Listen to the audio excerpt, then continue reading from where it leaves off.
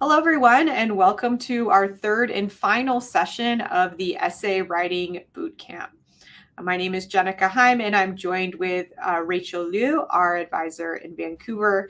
I'm based in Ottawa and help students across Eastern Canada, and Rachel is your advisor in Western Canada.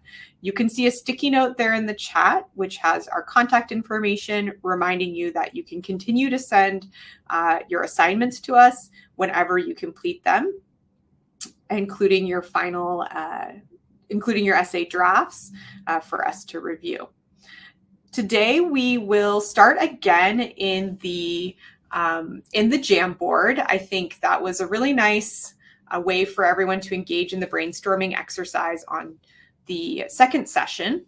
So today we will start by talking about the writing supplements and really how they're integrated into your application, why they're important, what types of questions you'll be answered, and how the supplements can help you tell your full story.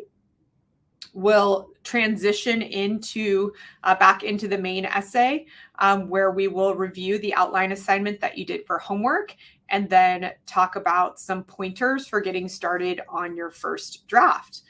And then you will be ready to continue with your writing.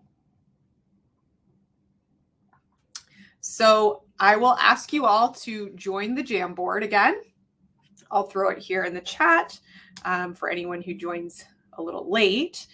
And then here's the pop-up where you can just click that link, join now, and you will jump right into our Jamboard. And I want you to scroll over. It's going to be the same board from last time. So please make sure, and I'll share my screen so that you can get there in case there's any issues.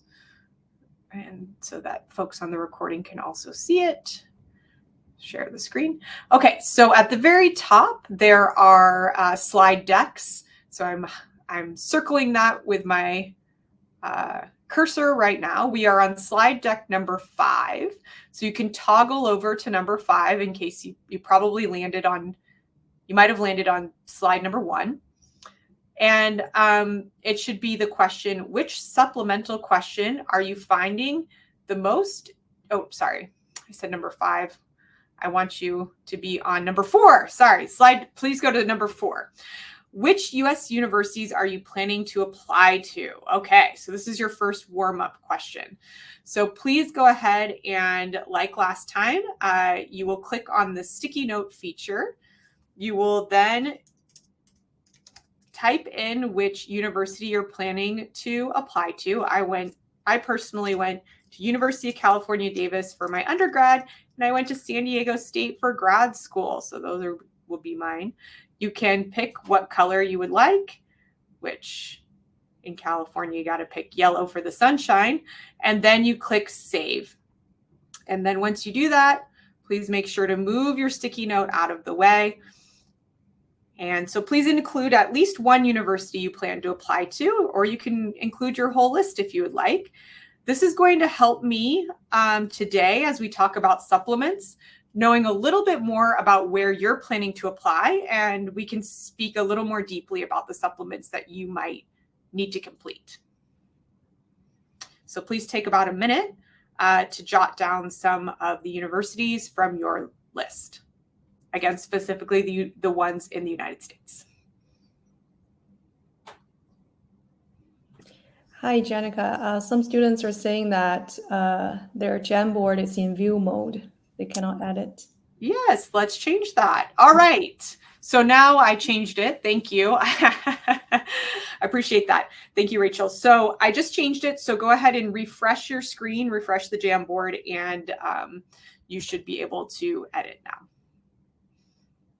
Apologies, I should have changed that before the session began.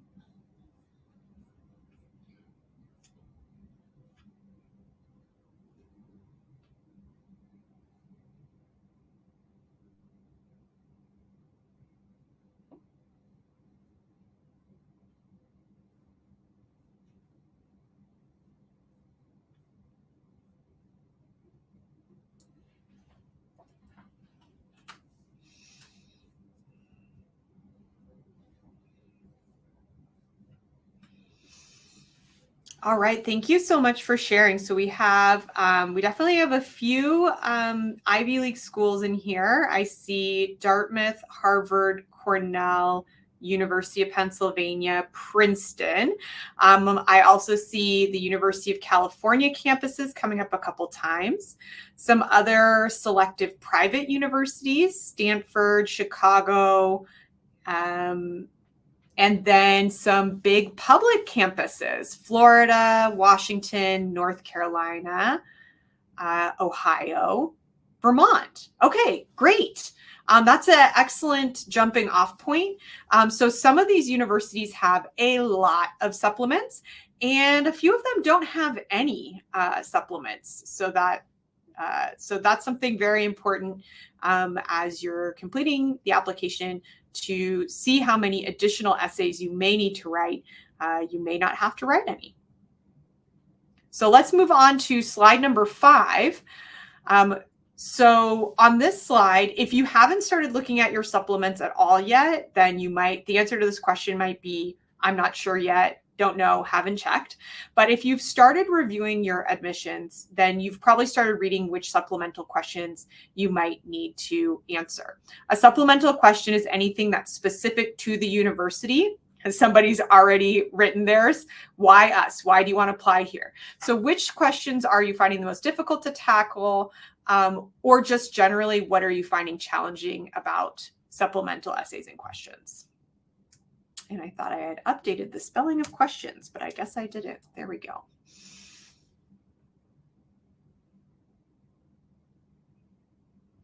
So I'll give you another minute with this.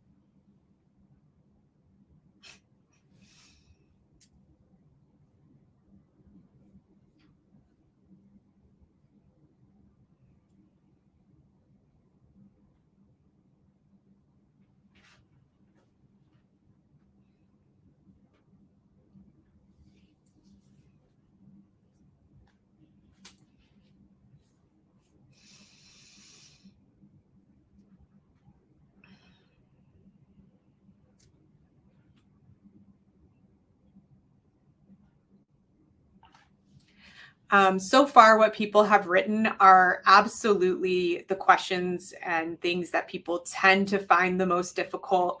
The why us question can be very challenging, especially when you're applying to 10 universities that you find all compelling. It can be really hard writing so many different essays.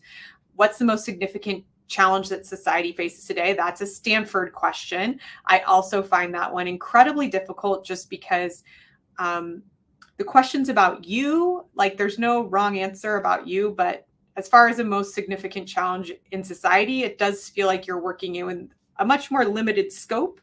You can't say stubbed toes is the biggest challenge of society, right? It does have to be something pretty important, pretty significant. And you don't want to feel like you're saying the same thing someone else is, which honestly, you just have to lean into the fact that people will have similar answers. It's more about the angle that you take on that answer. What are your values? What would you bring to our community? Yeah. And then just generally not being repetitive. And that can be challenging, right? You're trying to be unique, be interesting, brand yourself, but also not be too repetitive. So I know you're trying to balance a lot as you're writing your essays. So those were our warm-ups today, pretty quick. But basically the goal here was to, jump right in and start really thinking about the supplemental essays and how they're interacting with the holistic admissions process. So we'll do a quick review on what that is, where the place of the essays are, just a little bit deeper into how the universities that use holistic admissions are thinking about supplementals. And then we're going to deep dive into some common supplemental essay types and possibly how to tackle those essay types. So when it comes to holistic admissions, there's a number of things that you may need to submit. So the things that are typically required will be the activities list and the personal essay. Letters of recommendation are very common. Interviews are often optional or maybe not fully, required for every university, but a lot of the more selective schools will have interviewing options. And then many will have supplemental essays. So the essay itself, the personal one, is really the main opportunity to hear your voice. And because of its length, is also an opportunity to learn about your writing style, learn about your, an interesting story from your life. We've talked about all of this. But the goal of that essay is not necessarily to learn more deeply about, like, say, an extracurricular activity. You can do that more in your supplementals if it's not part of the personal essay. The letters of recommendation, the goal of those is really to get more context about who you are as a student and as a member of your school and general community.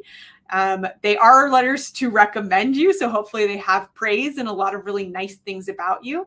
So that's where you get other people's voices singing your praise. This is the context of that is really to get more about you from those around you, those who know you. The activities list, your honors, your list, and possibly a resume if it's allowed to be attached. That's going to give you information about time you spend, how you spend your time outside of your academics, and also your level of involvement in those things. So that list is very important because it's giving an accounting of your time and outside of academics, how are you spending that time? And during that time, how involved are you in those activities? Do you have leadership positions? Are you somebody who's in charge of things, who's giving back to the community, right? So within that activities list, they are getting a deeper sense of who you are through your involvements, but it's also very narrow, right? So it's not very detailed. You have to focus a lot in that list on your impact in those different spaces. The interview is interesting because the goal of that is really to have an impartial judge of your character and your motivations, right? Because the letters of recommendation are coming from people around you. They're people you chose. So they're going to be singing your praises. That's the goal. The interview is really it's usually an alumni, and they're going to sit down with you for an hour and have a conversation. And then they're going to report back to the university their impressions of you.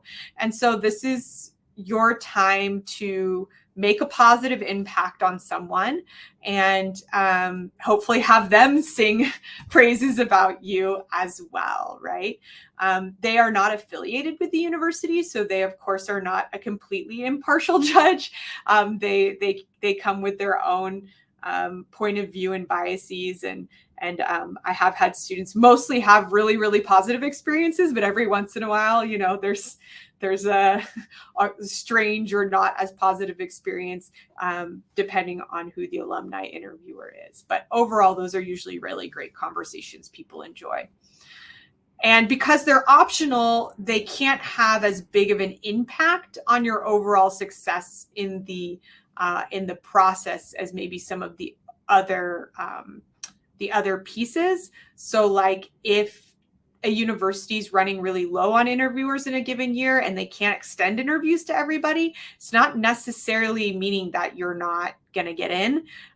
It means that unfortunately they just might not have enough resources for all the interviews to go around. And so that can't really count against you if, your interviewer backs out and you don't have an interview, right?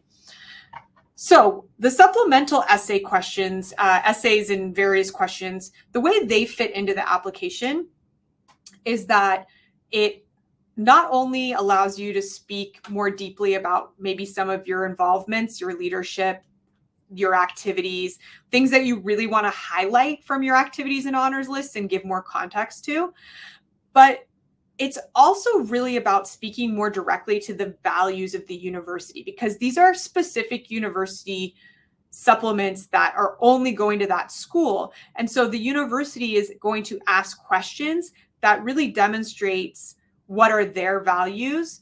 And especially when a question for a university is really different, and it's one that you see that only that school has, that says a lot about what that university cares about. And those questions actually are really, really, really important. When I speak to the University of Pennsylvania representative every year, when we're talking about, what are the best tips for students when they're applying to UPenn or other Ivy League schools, and she's always saying, the YS essay, the supplements are really important. We want to understand how the students are going to fit on our campus. They need to speak to what kind of citizen they'll be here, not just who they are more broadly. So the supplements are not to be left to the side to the last minute. They're important to integrate into your full story alongside your personal essay and alongside, the other information that's going to be available through the letters of recommendation and your activities list, and potentially what has good preparation for the interview phase when you talk to someone who also went to the university. So it gives you good fodder to bring to that as well. Okay, so what are supplements? I'm going to go over a few supplements as examples, and of course, a couple of them are ones that people already mentioned. So Harvard has 5 supplemental essays that you are required to write. The maximum word count, I believe, is 200 words a piece. I realized I didn't jot that down. And they're all 5 are required. So they are, Harvard has long recognized the importance of enrolling a diverse student body. How will the life experience that shape who you are today enable how you contribute to Harvard? Okay, this is a really common type of question. A lot of universities have this question. It's kind of it's the diversity question, and it's also who are you? What will you bring to our campus? Who will you be at Harvard, right? Number 2, describe a time you strongly disagreed with someone about an idea or an issue. This is a new question at Harvard, and there's a couple other universities that have similar type of question.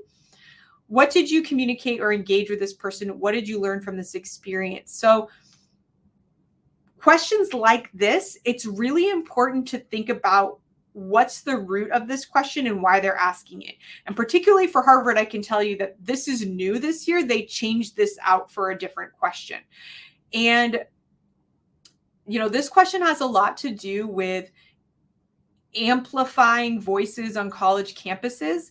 A lot of protests that happened over the last year, the way that politics, we're in an election year coming up in the United States, and the way people can get really tense around political issues and can sometimes really, on social media, in person or in social media, really yell in each other's faces and maybe not do a lot of listening, right? So you can already see the root of where a question like this is coming from. And then you have to look at Harvard's values. What do they value, right? They're going to value, you can look at their website to get the exact wording, which is also helpful, but they're going to value students who listen to each other even when they disagree, who can formulate strong arguments, but also after expressing themselves, listen. So this question is coming from a place of, when is a time when you encompassed those Harvard values, right? Please, express that, and then also show us how you would be that student on our campus. Okay, so these questions aren't just think about a time you disagreed with someone. There's a whole kind of ecosystem of meaning that's coming from this question. So sometimes it helps to think about what's the motivation behind it, and that might help you answer it a little bit more. Going going on the website, learning more about the school and their values will help with that a bit. Briefly describe any of your extracurricular activities, employment experience, travel, or family responsibilities that have shaped who you are. Okay, that's a pretty common one, just like going a little more in depth into one of your extracurriculars or activities. So that's usually one that you might be able to share again and again across universities, because that one's maybe a little bit less based on the campus itself. How do you hope to use your Harvard education in the future? Now that's one, anytime it has the name of the school in there, that essay really needs to be unique. You can't write the same thing school after school after school. Now you might have some similar elements, like in the future, maybe there's a certain profession you want to pursue. So obviously you will write about that more than once. But the part about the Harvard education, that needs to be specific to the university. So again, it takes a little bit of research and spending time on their website, really thinking a lot about this one's about the major.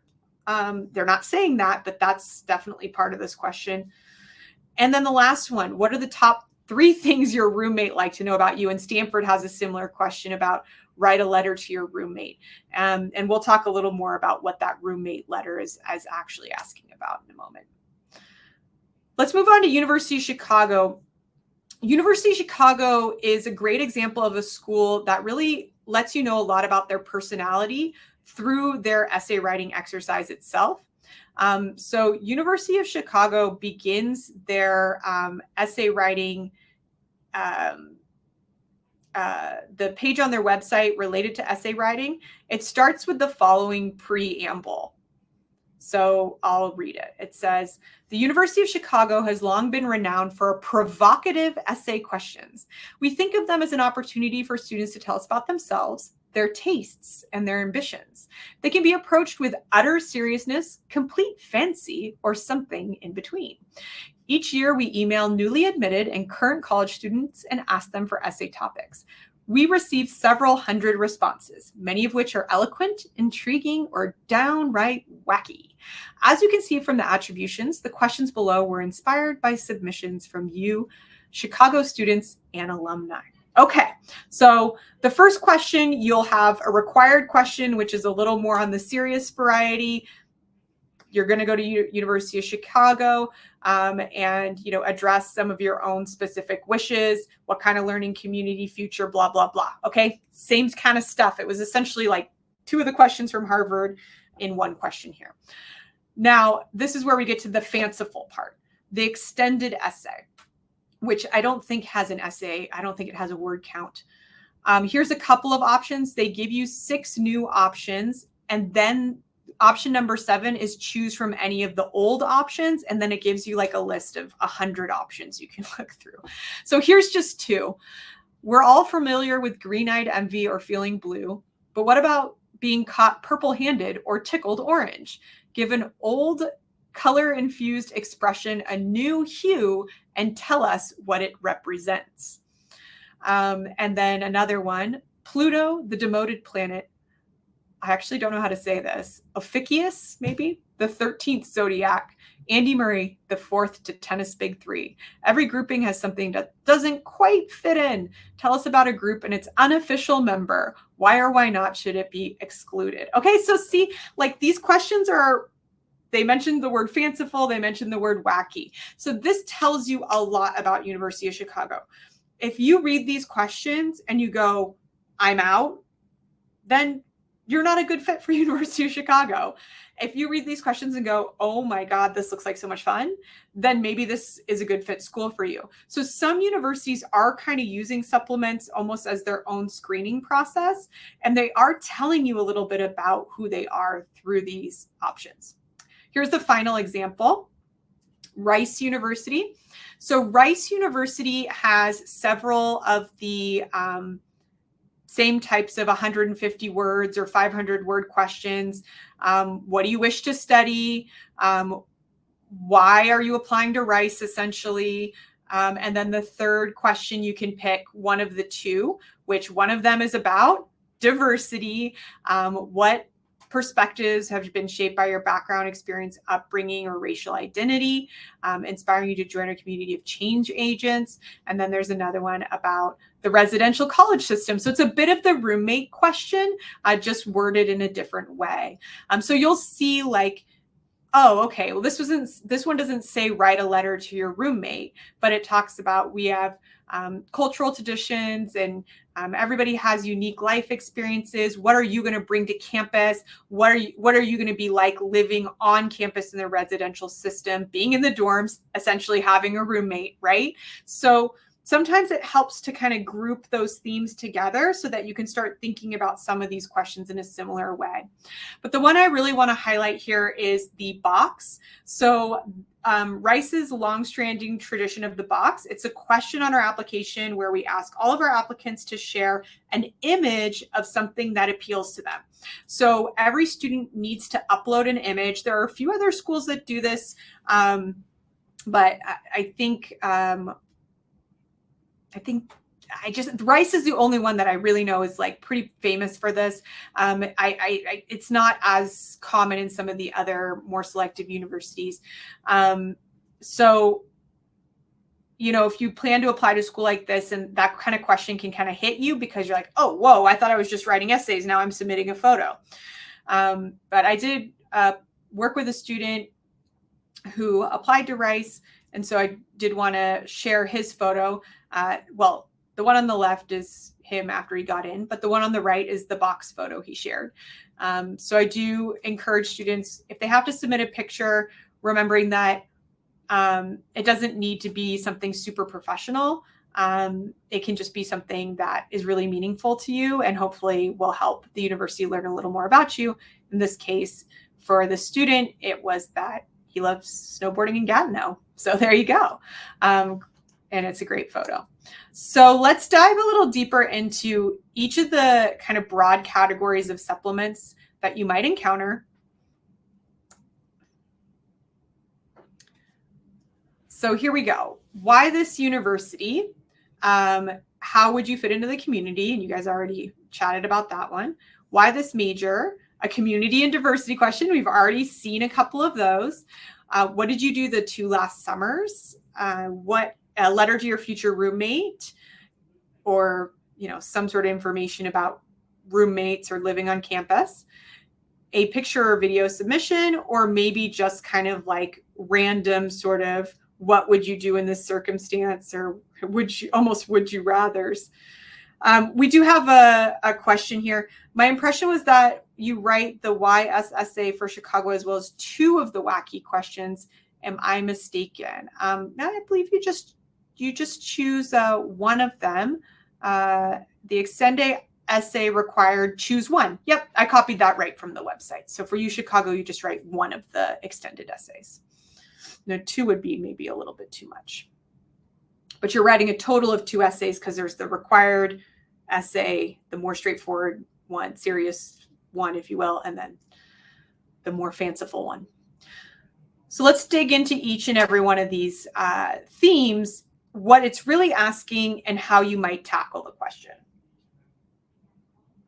So why this university, or how would you fit into this community, or some combination of the 2?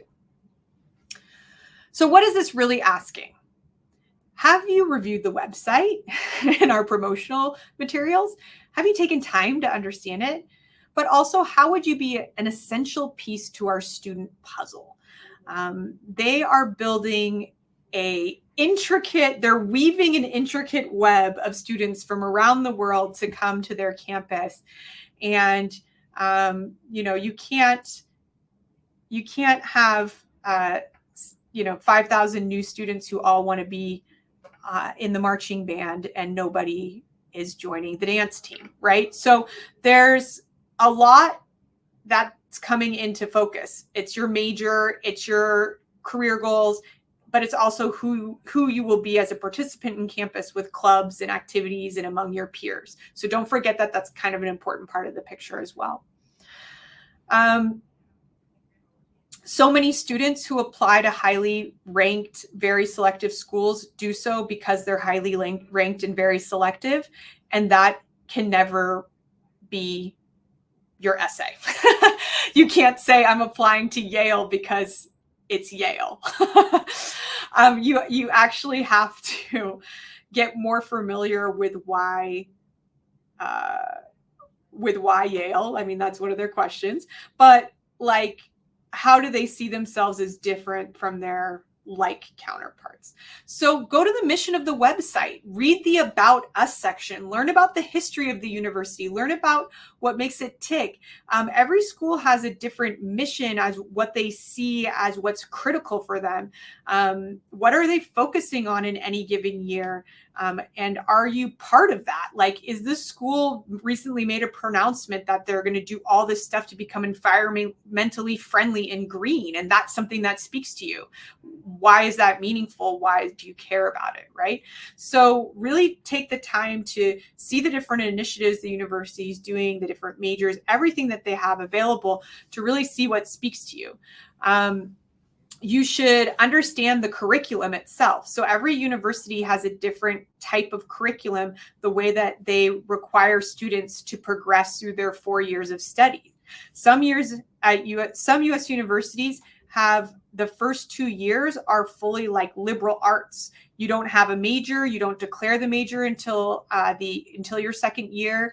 And so you're taking breadth of coursework during that time. Whereas other schools, you might need a major from day one. You might do more hands-on learning.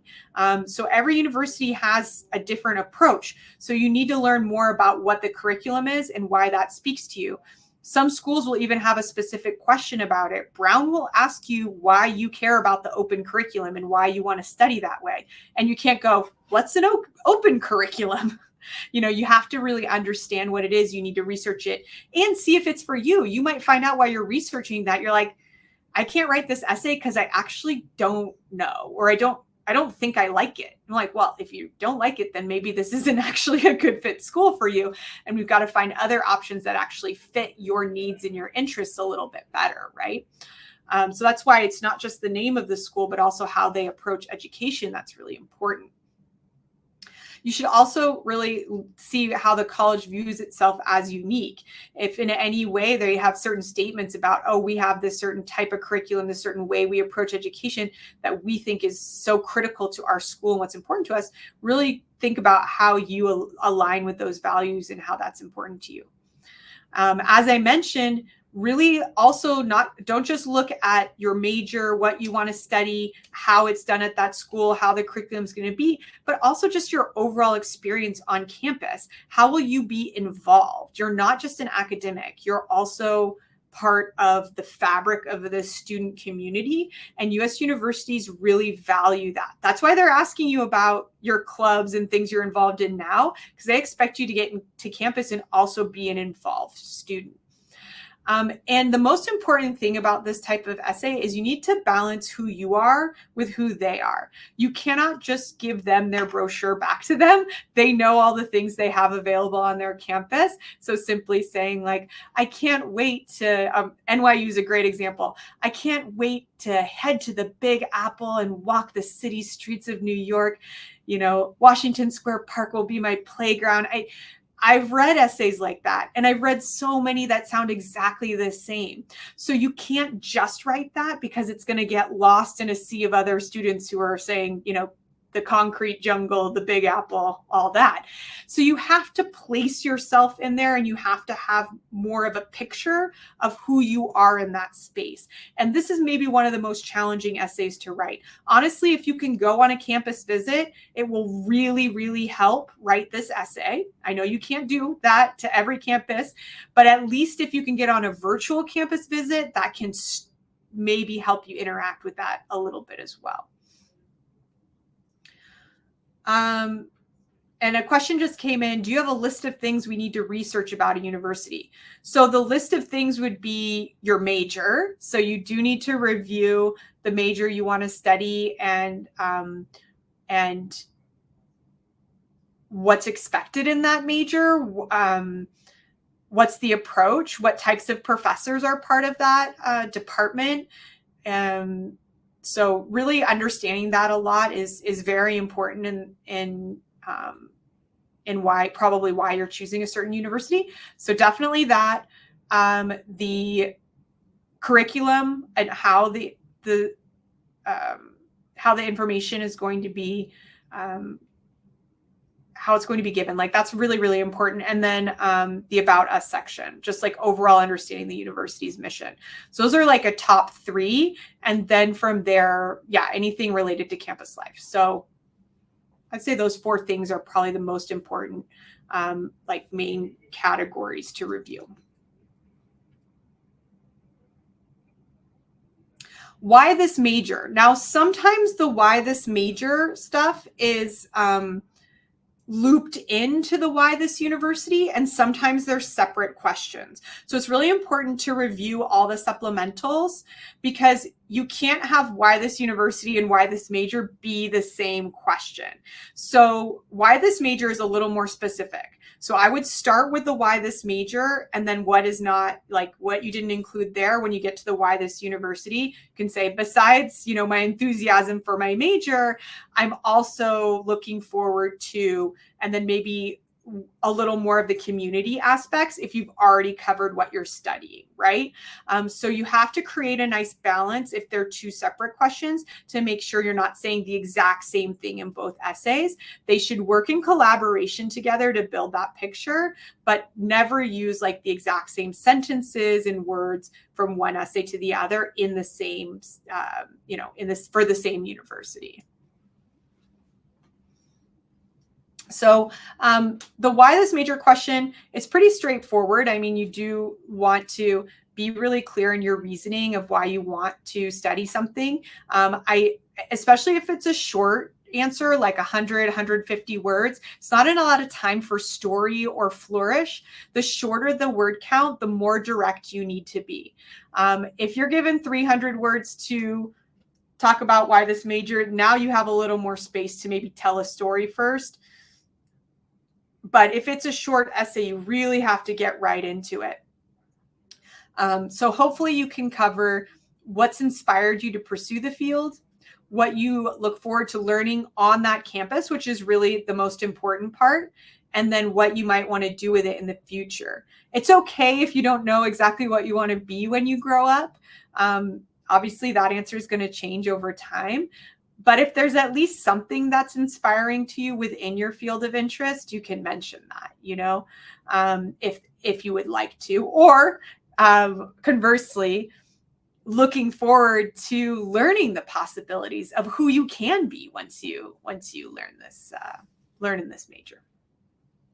Also, in many universities, you can go in undecided. We already talked about how at a liberal arts-based approach school, you don't even declare your major to the second year. So if you're still undecided, you should still narrow things down to which fields you would likely major in, and talk about what inspires you in those areas and how you're going to explore them, and how you're looking forward to having the ability to learn more before you choose. So I think that's really important, particularly because in Canada, that's not as popular as a way to approach studies. So really leaning into that can be useful in this type of essay.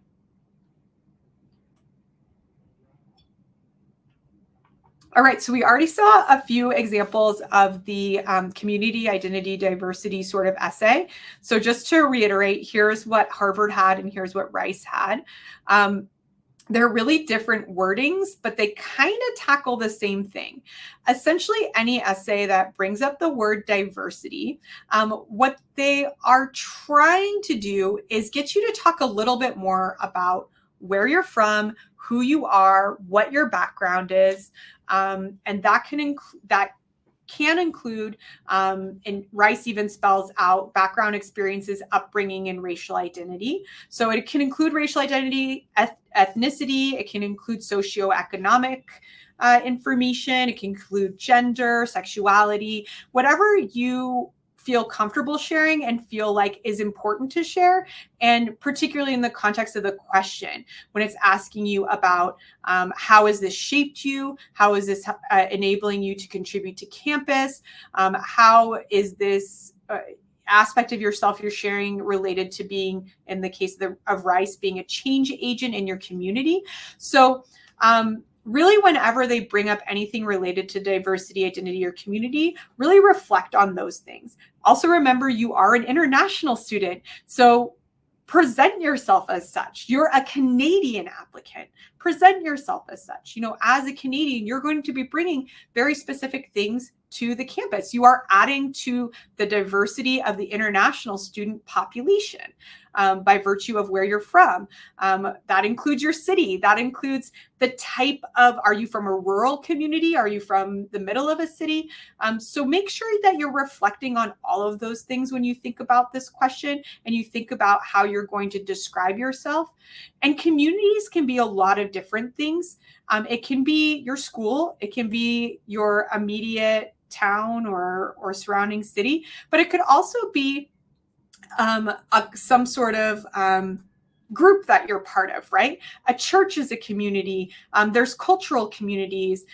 There are just even a school club can become a community, especially if it's somewhere where you're finding that everybody is building an identity together, right? So this one is really that chance to be more vulnerable. Typically, what it's really asking is for you to talk about the identity labels that you have potentially, or speak more specifically about a community that's important to you, okay? And being open, honest, and vulnerable is really, really helpful in these essays. Really taking that time to reflect on yourself, who you are, your background, how that's important to you, how that shaped you. Like, the more open you can be in these essays, the more interesting it will be, the more the person reading will connect with you. You have to be really cautious about choosing, like, oh, the community I'm choosing is my robotics community because I'm writing everything about how I want to study robotics. And so now I'm talking about robotics again, and I love robotics, you know, and like every essay is like, maybe about the same thing. So this is an opportunity to give yourself levels and maybe step away from why I want to study a certain major and talk about something a bit more personal. What did you do the 2 last summers? So sometimes you'll get essays like this that are pretty straightforward, but are also a really tight word count. I know Stanford asked this question. I think Princeton used to ask this question. I don't know if they still do. I didn't double check. But basically, it's like 100 words, something really short. And so when you are dealing with a question like this that is asking for essentially a lot of information, but a really tight word count, you can consider bullet points or something that reflects the expediency of which you are being expected to write, especially with, like, if it says list, the word list lets you know you can use bullet points or, you know, shorten language. That's a key word there. Usually there's not a lot of space, so you've got to pack it with as much info as possible. There's an opportunity, if you're going to put something that's on your activity list, make sure you include different information about it, but also consider like adding a couple fun things in there too. So like, if you took a long vacation, that's not going to be on your activities list, but that is definitely a way that you're spending your summer. So don't just say went on vacation. That's not very interesting. Instead, include maybe where you went and what you love about that type of vacation, or what you did there, or, you know, what you engaged in, or who you were there with. Like, oftentimes people visit, if you have family abroad and you spend a month with those family members, I'm sure there was something impactful about just being together and being with those family members. So you can kind of dig into that a little bit more. It doesn't all just have to be like facts of things you achieved. So it really just depends on what your summer looks like, right? When it comes to the letter of the future roommate, what this one's really asking is, what kind of person will you be and who will you be on our campus? This one usually freaks people out a little bit too, because it's like, okay, now I'm writing, especially in Stanford, they ask you to write a letter. It's like, okay, now I'm writing a letter. Like, what does this need to be like? Hey, roomie. Yeah, essentially, they want this to be fun. But the goal of asking you to write something in a letter format is they want you to use more of an informal tone. They want you to be a little more playful, feel like you're using your own voice, how you might speak to a peer and not to an admissions rep who is ultimately reading this and who it's ultimately for. So again, I know why this one can feel confusing, because you're like, I'm not writing to a friend, I'm writing to Stanford University. But ultimately, the most successful roommate letters have a less formal voice, and as an opportunity to really talk about what kind of friend you are, and what kind of roommate you think you will be. And if you're having a hard time, I think describing meaningful objects can work really well. And I know we did that in our brainstorm activity on Jamboard last week. But essentially with that, you can use an object that you know you're going to bring with you, like, oh, I'm definitely going to have, I hope you like this band, I'm going to have this poster up and play their music all the time. That kind of thing. It's like, yeah, when you get in a shared space with somebody, your things become their atmosphere, right? And so that becomes part of your shared experience as roommates. So do think about maybe a few objects that you know are really important to you, and that might actually help you write an essay like this. I already chatted a little bit about the box picture. Some universities also might ask for a video. Brown does that. They ask for a 2-minute video. And what they really want is just a little window into your life and just an additional way to connect with you.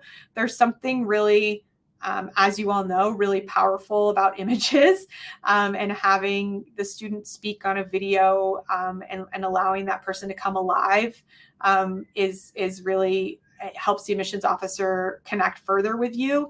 Same with that photo, just really having a nice visual of what's meaningful to the student it gives a lot more color to the application. So your approach is really to try to consider what you feel like is most representative of you, particularly if you have a big theme that's run throughout your application. If you're somebody who's really into music and that's really woven throughout your essay, I might expect to see a photograph of something related to that.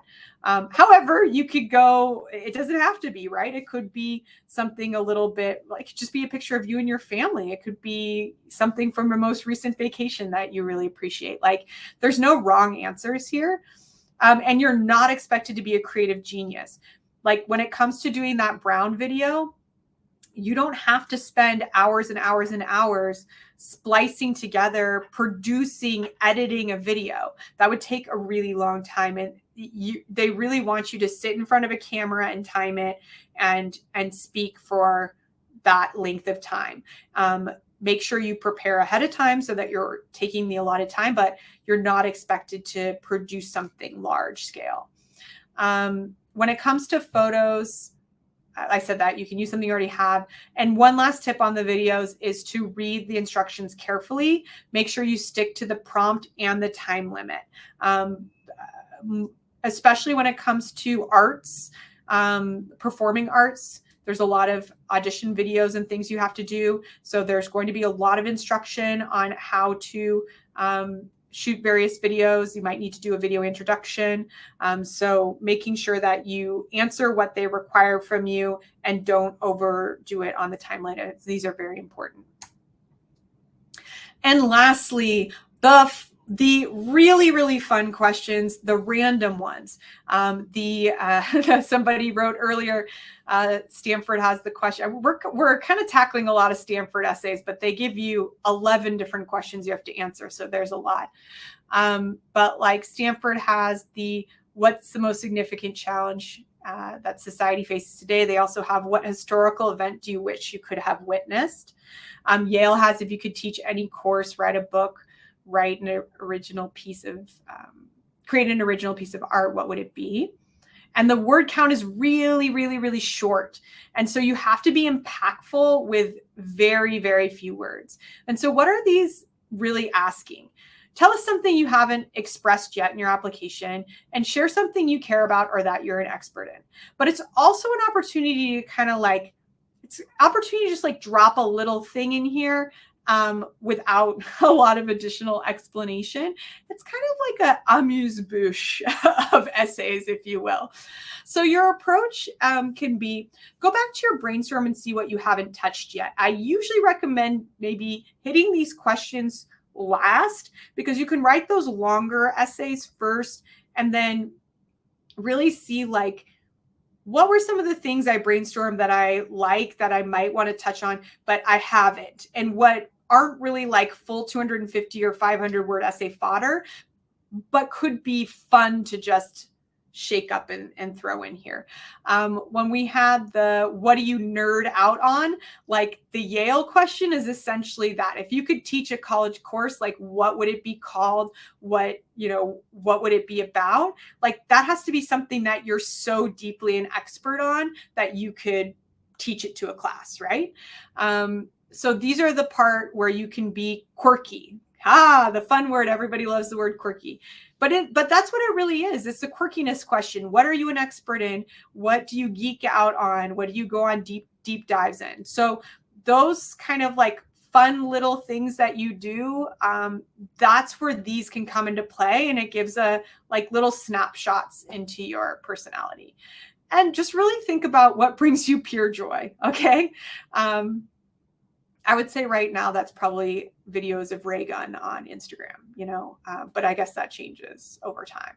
But, so that kind of stuff where it touches on a little bit of humor, this is a good spot for that. Now, don't feel like you need to be funny. If you are not funny, you don't have to be funny. But there's different tones that each essay requires.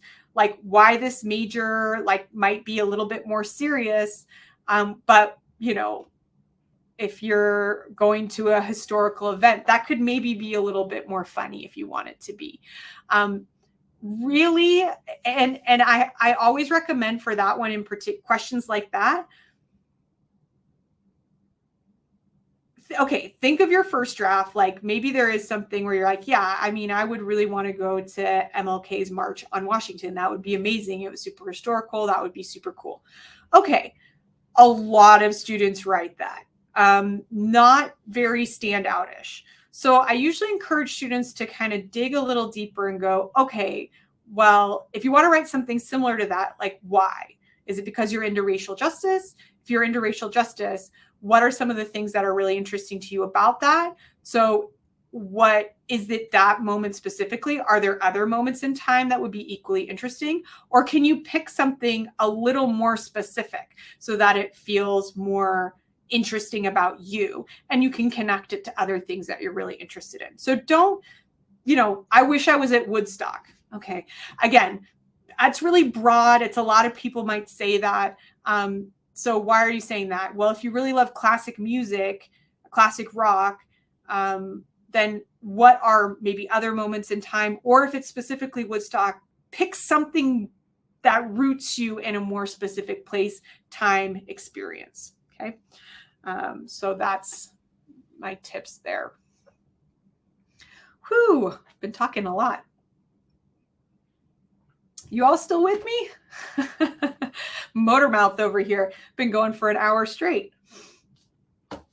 We all still awake, alive, amazing? Just give a shout out so I know you're here. We're going to transition now from the supplements to reviewing our outline that we talked about last time that hopefully you did for homework. And then we're going to talk about moving from the outline into your first draft. So everybody get out your outline. Hopefully you worked on it. If you didn't, go over to the handouts. You can download the exercises from there, and you can be looking at the PDFs at the very least, and hopefully getting inspired to work on them if you haven't done them yet. So if we jump back to last session, we can take a look at the sample outline that we wrote based on the different themes and stories, the topic, the prompt that best shaped the essay, and then wrote this outline. So the next thing that we are going to, after you've written your thesis, your body paragraphs, your conclusion, the bullet points for that, now you can tackle the introduction. And now that you know what's going to be in each of those paragraphs, what do you want to write in the introduction, and how do you want to create your hook? A strong introduction includes a hook, which is typically an interesting tidbit of a story. And then usually you need to introduce your topic through a thesis or some sort of directional statement that introduces the ideas for the whole essay. The hook itself should be specific. A good hook might activate the senses, including things like sounds, onomatopoeias, smells, colors, tastes, a lot of adjectives. You want to avoid general words like people, all, everyone, never. If you want to check out a really old blog post I wrote, it's called The Worst Way to Start an Essay and How to Fix It. It really started as me just like kind of getting on, a pet peeve of mine. But basically, when you don't know what to write, oftentimes a lot of students will start, I'm guilty of this myself when I was writing a bajillion essays as a student, might start an essay with people everywhere think that, people everywhere all think. So when you get that broad, it starts to become completely meaningless, right? And I'm sure some of you are probably like, oh yeah, I've started an essay like that. I really didn't know what I wanted to write, so I was just writing words, right? So it's really the opposite of what you want to do, which is to get very specific, very detailed, or something that'll be interesting to really catch the reader's attention. And one way to do this can be to review the body paragraphs and determine if there's a great detail that you can kind of pull out of there, a part of a story that you can start in the leading paragraph, and then do one of those things. Think about good storytelling, right? Think about how a TV show might start, where they do that thing where it's like, there's a person standing over, there's a crime, right? And there's a person standing over the body, and it's like, I didn't always used to be this way. And then it's like 4 months later and you're like, oh, what happened? And you're hooked in, right? Because they've just given you a little tidbit. Then they suck you back in time. Now you have to make it through the body paragraphs to get to how you got to that moment. So you can do something similar in your essay where you pull out a little detail, throw it in as a hook, and then you're going to get into the essay itself. So that works when you're telling, especially when you're telling a full story throughout the 5 paragraphs. Now, if you're going to write a more a vignette kind of essay where each paragraph is a little, a little montage of your life, then your opening paragraph will probably be pretty short and really focused on setting the motif for what's happening in your essay. And so it's going to be a slightly different approach, but that's not as popular as a format. If you're planning to write that way, we can dig into that a little more together. We're really focusing on the 5 paragraph approach in this example. So I hope you're awake because no one chatted with me. So just know that we are doing something interactive again. We are going to play a game that I call Rate That Hook. Okay, rate that hook. So basically I am going to give you a hook, and you are going to rate it 1 out of 5. 1 being throw it back, don't like it, try again. Good first draft, but let's do better. Up to number 5, which is, oh boy, it's a keeper. So that's kind of like you feel like the hook is pretty awesome. So your hook again is going to be the first sentence that's drawing you into the essay, and these are hooks for if you'll remember, we'll go back. So we're writing hooks specifically for Maddie's essay about the time she challenged a belief that the local marsh should be changed into a real estate development site and demonstrated the value of the land and worked to restore it. as part of her Girl Scout Gold project. Here we go. Time for Rate That Hook. Oh.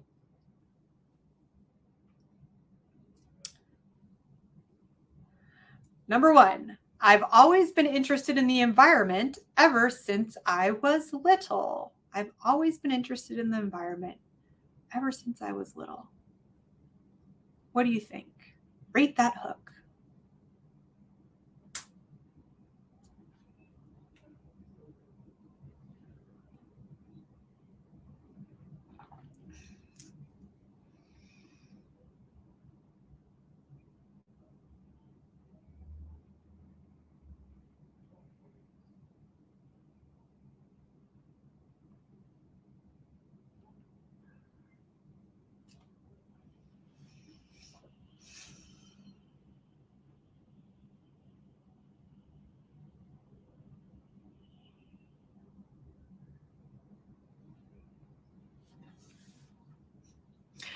All right, we're getting responses between 1 and 3. So I think everybody can agree that at best it's average, and it can be improved. So what are the things that are maybe a little too broad that can be improved?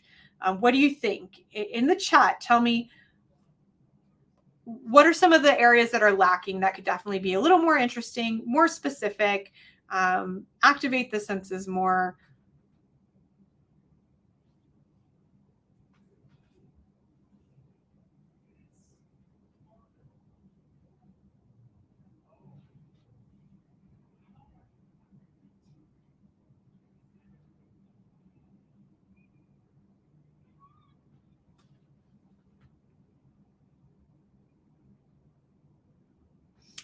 See the word environment with a question mark.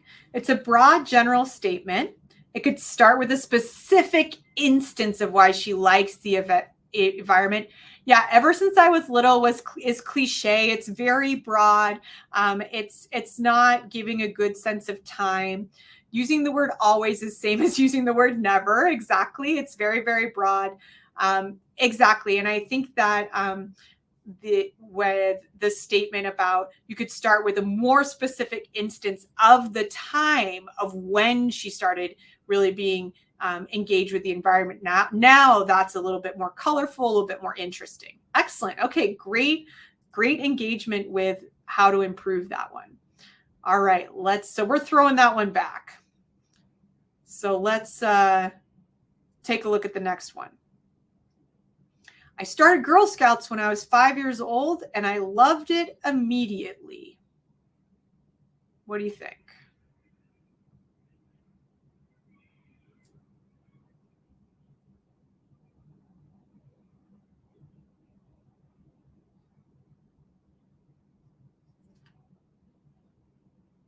Do you want to? Part of it is, do you want to read this essay?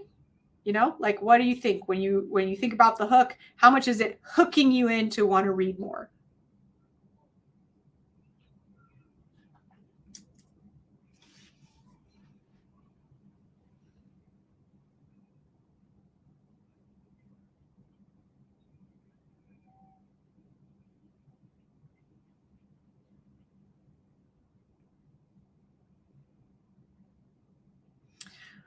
Okay, for this one, we're looking at 2s to 3s. Most people are around a 3.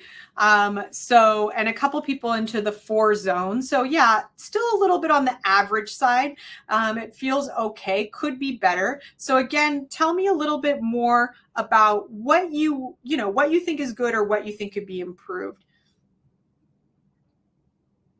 The writer's invested in Girl Scouts, but the reader doesn't care yet. Oh, that's excellent. Elizabeth, that's a great comment. So essentially, you haven't done anything to hook the reader on why Girl Scouts is something that you should love, right? Excellent. That's a great way to put it. So yeah, that can definitely be improved. Okay, back to the queue. How about the next one? Rate that hook. Knee deep in mud, back aching with a terrifyingly large spider giving me the stink eye. This is not exactly what I had in mind. Rate that hook.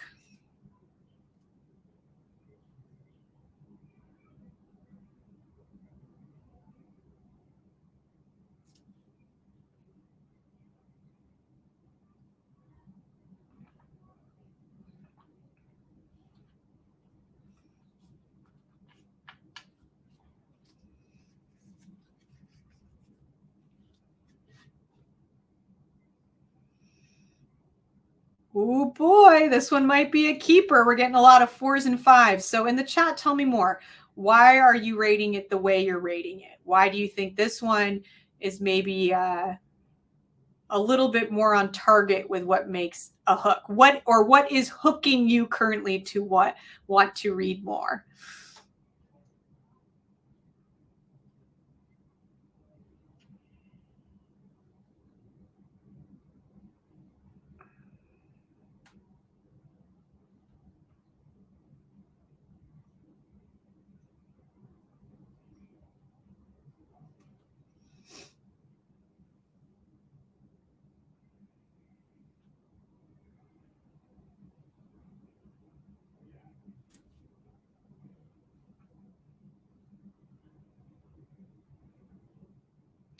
Starts with a sensory image, opens up the essay for answering the question presented, gives a vivid picture. Right. Could you start to picture what was happening here? Were you start just like immediately transformed into another location? Immediately you're trying to figure out, okay, where is this person? What are they doing? Why are they in this situation? Makes you want to read more because you're wondering under what circumstances would be happening. Absolutely. Provides good context with the setting, but hides information the reader would want to find out. Absolutely, Josh. That is like a really good essential definition of what a hook is, right? You're giving a little tease of what's to come. And as you can see with the sensory information, you also have you have adverbs, you have a couple of adjectives. And you have the tone, like you can use, depending on the tone of your essay, you could use a more playful tone if that's the tone of your essay. Could be a more grave tone depending on the circumstance you're setting up. But you also get to play with the tonality of what's to come as well. All right, I think I've got one more. It's the egrets that really got to me. Rate that hook.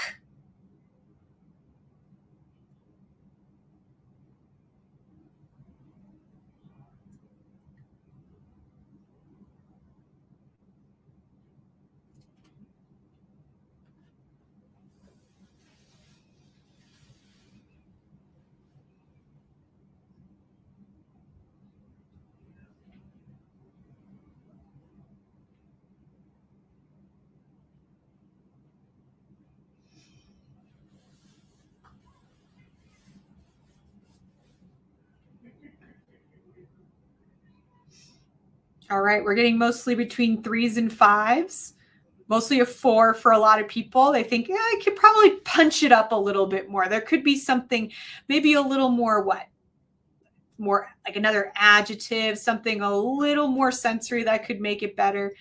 But you can see a sentence like this, it leaves a lot of mystery as well. So there's a lot in there that it leaves a lot up to the imagination. You do want to know what the next sentence is after this, right? So just remember that when you've written it can be short. So I think the goal here was to show that the previous one was kind of long. This one's pretty short. So your hook can be, it could be pretty snappy and it can still be effective. All right, great job on Rate That Hook. A game that you can play at home with your friends. Enjoy. So now I'd like for you, actually you will play at home. I'd like you to go ahead and write your own hook that you can contribute for this very same essay. So I will pull up the outline again so that you have that available to you. Let me see if it's on the next slide or not. Yes, it is, because I was smart. Okay, so here is the outline of this essay. I would like you to take 2 minutes. I know it's not super long, but go ahead and write your own hook. Great question. Do you want hooks on all your essays, supplements as well? No, you should not have hooks on all your essays because supplements are oftentimes very short. If you're writing 100, 150 words, you do need to get right into your subject matter and just start answering the question. There isn't time for a lot of story. Longer essays, like the personal essays, 600, anything between 500 and 650 words, absolutely. You definitely want to hook on the personal essay, maybe some of your longer essays, but not on your shorter supplementals. Great question. Okay, I'll be quiet for 2 minutes.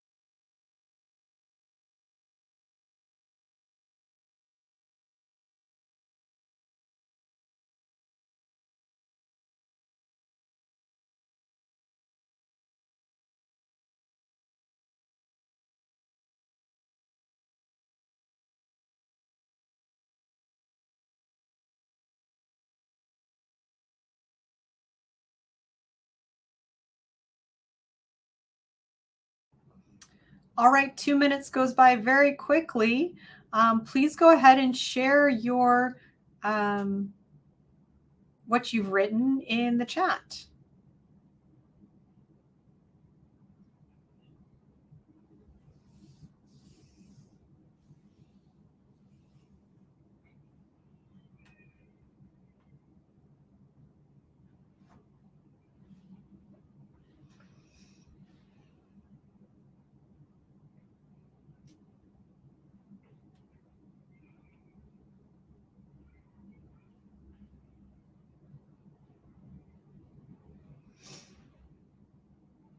Okay. Maybe didn't give you all enough time. Oh, here we go. We've got one coming in. I was taught that word no only has a negative connotation, but to me, it has only been a positive motivator. Oh, I like that. Very cool. Now you're like, all right, what happened? When did you get told no? What's the positive motivation? Great hook. Love it. And that one actually, you can keep for yourself because it's not necessarily, it's going to work for this essay, but it could work for one of yours too. Once we woke to the songs of early birds and the sight of fish in clear waters. Now they're drowned out by the clamor of traffic and the filth of urban sprawl. This is the future the city chose, but I envisioned something different and I made it a reality. Wow. All right. You've already got a full story happening around. I love how people are we're world building here with Maddie and her and her quest to save the marshlands. Like any good teenager, I ate dirt and I liked it. That's great. Yes, that made me laugh. That made me want to keep reading.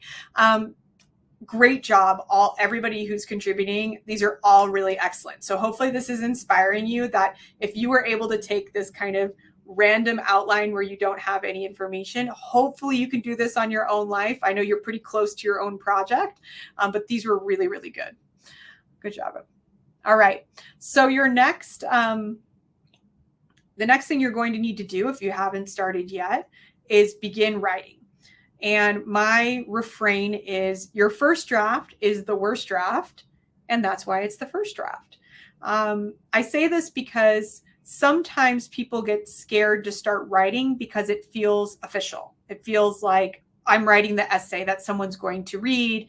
And, but remember, your first draft is just that. It's a draft. It might not be fully complete. It might not have a hook yet. It's not something you're going to hand into an admissions officer. And so my tips are that as you start your first draft, make sure you have the outline next to you and that you're ready to go to use that to start your writing. Just start writing it.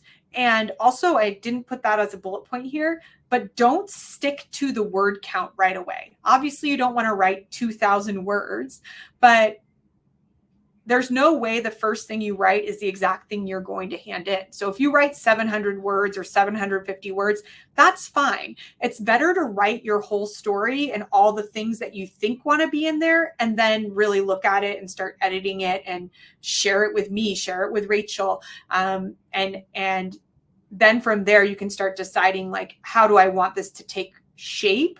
But what happens sometimes when people really get focused on that 650 words, it can get really hard to get a first draft together.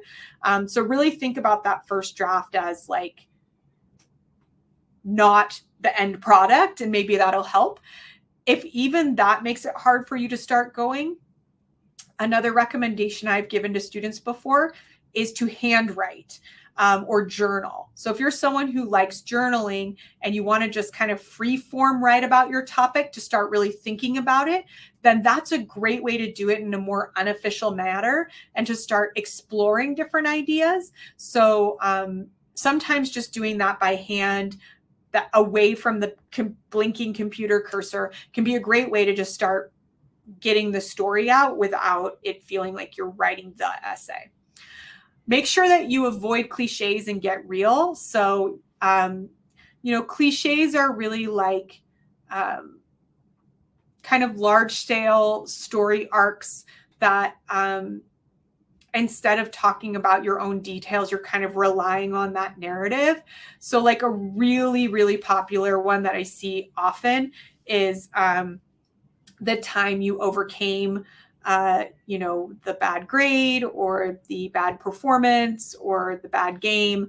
And oftentimes the story arc is something bad happened. It was hard. It made me sad. I cried, but then I got motivated. I worked hard, and now I'm good at that thing, or I got the A, or I did I achieved the championship or whatever. So the issue with these cliched story arcs is that sometimes it becomes too much about the cliched story arc and not enough about who you are as a student. If I could take that essay, read it, and not know who, without a name on it, and not know whose it is, that's a problem, right? So it's really important for it to be more about the details of who you are and not so much about that cliche. And of course, show, don't tell. We talked about that a lot already in the first session, but it's an important reminder. It means really take time to cultivate your examples. Make sure your examples have reason and purpose, that they are really illuminating the themes that you want to come forward. They're really answering the question for the topic, and they all have a place. It makes sense. And you're really making the topic come alive through your examples and your stories. When it comes to your first draft, I think I actually really said a lot of this stuff, so I don't need to get too in depth here. Explore your topic. Don't worry about your word count. Also, don't worry too much about your grammar the first go at it. Like, if I review a first draft, I'm not going to give you like, oh, this word would be better, or like change this sentence. It's a lot. The structure and the flow is so much more important at the beginning. And then you tackle the grammar later once you know what you're writing about. And of course, it can be easiest to do your hook and introduction last after you've already written your body and your conclusion paragraph. Don't be afraid to share your draft to get opinions on your topic and direction, including with Education USA and other people who are strong at story writing, English grammar. That could be an English teacher, a guidance counselor, it could be a friend who's just like, is good at giving advice in this area. When it comes to the structure, we've talked about this. There's no predetermined structure, so you can be creative and explore if you want to. However, you are not required to. In doubt, just stick to the 5 paragraphs. It's a personal essay, so write in the first person. Oh yeah, that's super important. Everything should be in the first person. This is about you. So yeah, don't write sentences like, when one considers blah, blah, blah, one may blah, blah, blah. Like, don't kind of pontificate in the third person. It's all going to be from your standpoint. And remember, the tones should be a little less formal than an essay from school. Like, this is not a research essay, so it should have a little more of your voice in it.